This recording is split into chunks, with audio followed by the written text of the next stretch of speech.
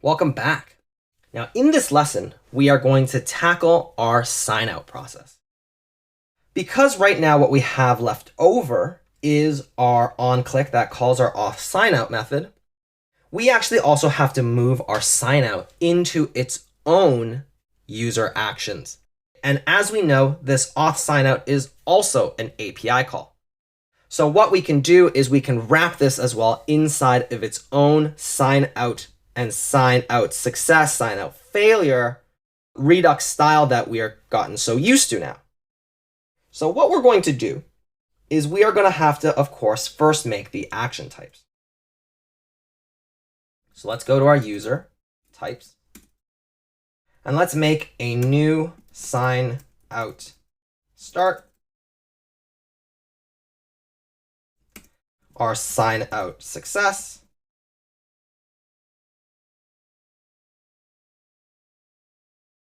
and our sign out failure. And then we'll also make, of course, the correct actions. So what we're going to do is we're going to export the const sign out start, which is just a payload free component, right? So it's going to be our user action types, sign out success. We're going to do the same thing for our success and our failure.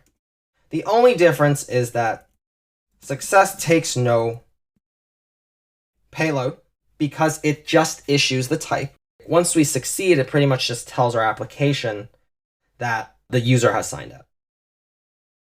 And then we're going to do a sign out failure. Whoops, this should be start, my mistake. And the failure will actually get the error, right? Because we want to log an error in case something has happened, something has gone wrong inside of our sign out flow. We got to update our reducers to listen for these actions. And what we're going to say is that if there is a sign in failure or a sign out failure, we want to update our error because it's pretty much just one error property. And what we want to do is we also want to make sure that if our sign out success is also successful, we want to return state, except our current user will be null. And we can also set our error to null. Now that we have this working, we need to actually issue out the correct action in the right place. So inside of our header component, we now want to fire off our new sign out start action. So here, what we'll do is we will import in the action. Let's see if we already have one. No, we don't. OK.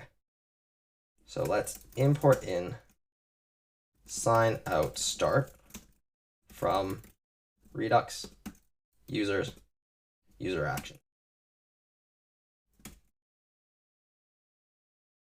And then we're going to map dispatch to props.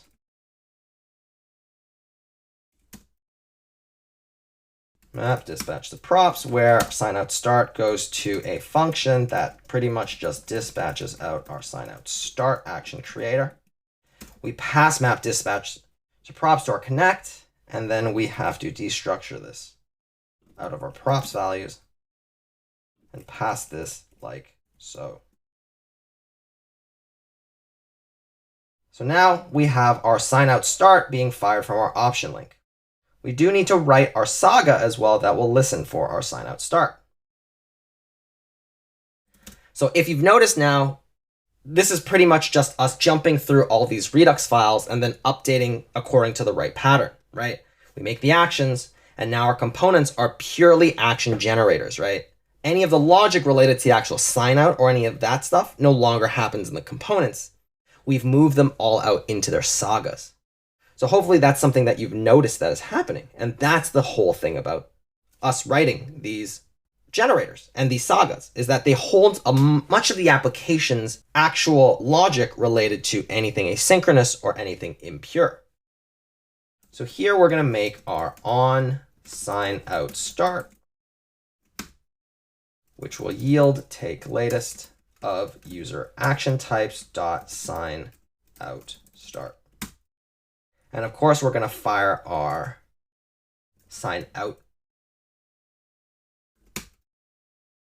generator. And inside of our try block, we are going to yield auth.signout. So after our sign out comes through, we're then going to yield our put sign out success, which we have to import in to our Saga file, sign out success, as well as sign out failure. So now if we succeed, we're going to put out sign out success. But if we fail, if our sign out call fails, we are going to put out, whoops, don't need those extra brackets. We are going to put out sign out failure with the error. We're going to add this to our chain of listeners. And now if we go back to our application, we do have an error here. What is this? Let's see. Take latest requires a Saga parameter. Take latest. Oh, whoops, we didn't pass this in. So let's pass in our sign out function. Let's save. And now we'll see that, let's sign in. We get our success. If we hit our sign out, we trigger our sign out start, and now we have our sign out success, which is clearing out our user inside of our user reducer. So awesome. So now our sign out is working. And the other great thing about doing it this way now is that we have this action now that other sagas can listen to in order to issue out their own respective actions in terms of perhaps doing something like resetting the application state in such a way that we would expect when a user signs out. In fact, let's leverage this sign out success method that we fire in order to clear out our cart. So let's do that in the next lesson.